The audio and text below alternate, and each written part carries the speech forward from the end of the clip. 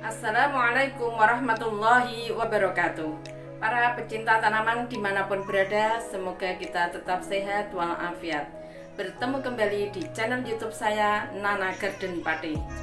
Pada kesempatan video kali ini kita akan belajar tentang jenis media tanam dan fungsinya pada tanaman hias yang ada di dalam pot. Ikuti terus video aku ya, jangan lupa subscribe, like, and comment, dan loncengnya dibunyikan agar bisa mengikuti video-video aku selanjutnya. Terima kasih.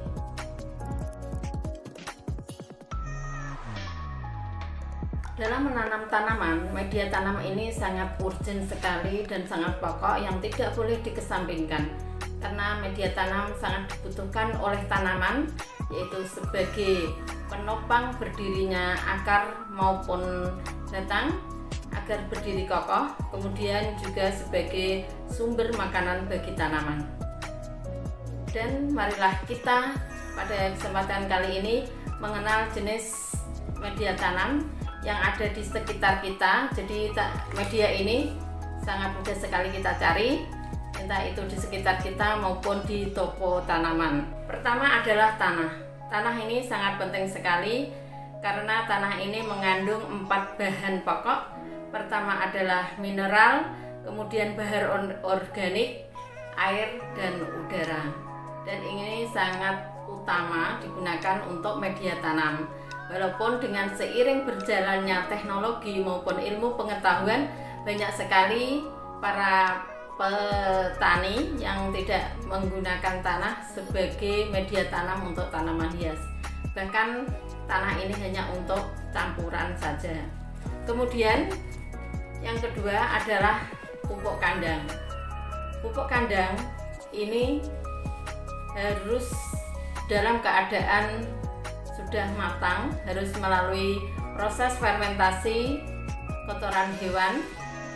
Biasanya warnanya hitam ya kalau sudah difermentasi, jadi tidak langsung dipakai tetapi harus sudah dalam keadaan matang.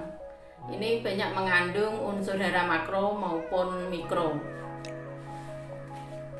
Dan juga untuk campuran media tanam yang lain. Selanjutnya adalah sekam bakar. Sekam bakar ini adalah dari penggilingan padi yang sudah melalui proses pembakaran, dan ini bersifat poros sehingga aerasi dan drainase tanah akan menjadi baik dan pertumbuhan tanaman juga baik, dan ini untuk campuran tanaman. Begitu juga dengan sekam mentah. Ini sekam mentah ya. Kalau sekam mentah ini sifatnya tidak lapuk ya, hampir sama dengan sekam bakar fungsinya, namun ini tidak lapuk dan tidak menggumpal sehingga baik untuk perakaran tanaman. Dan ini juga digunakan sebagai campuran media tanam yang lain. Ini adalah kokopit atau dari sabut kelapa yang sudah digiling hingga halus. Dan kalau media ini dipakai, ini harus direndam dulu, kemudian dikeringkan biar tidak mengandung hama penyakit. Dan media ini sangat baik sekali, bisa menyimpan air dalam masa yang lama. Bisa juga digunakan untuk media hidroponik. Kemudian selanjutnya ini ada pasir malang. Pasir malang adalah pasir dari daerah sekitar Malang, yaitu dari Gunung Merapi atau dari mahma atau lahar ya, sehingga media ini sangat subur atau mengandung nutrisi. Bisa juga dinamakan pasir vulkanik. Ini biasanya digunakan untuk tanaman jenis kaktus atau adenium dan bonsai, dan juga untuk tanaman lainnya atau untuk campuran media tanam yang lain. Dan pasir malang ini juga baik untuk digunakan media tanam hidroponik. Kemudian selanjutnya ini adalah styrofoam.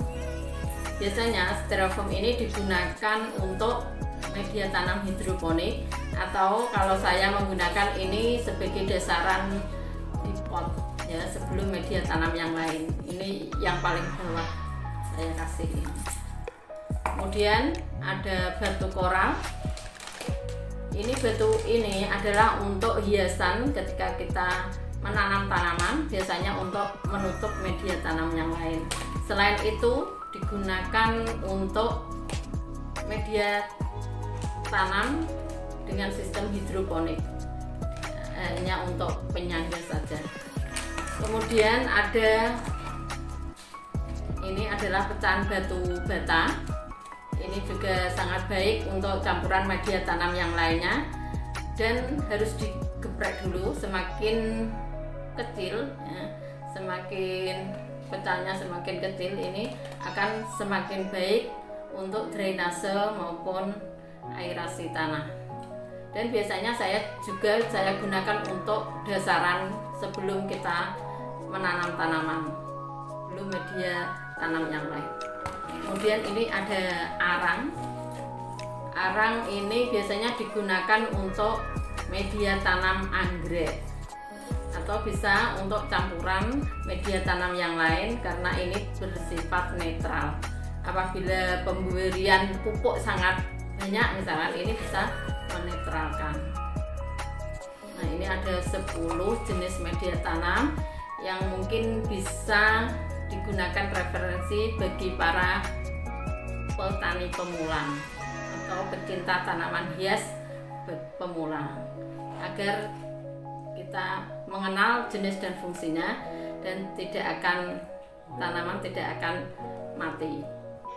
Nah, demikian tadi pembahasan pada kali ini. Terima kasih yang sudah nonton video saya, dan mohon maaf apabila ada kekurangan. Silakan tulis di kolom komentar, dan apabila materi ini baik, boleh di-share dimanapun. Semoga bermanfaat. Assalamualaikum warahmatullahi wabarakatuh.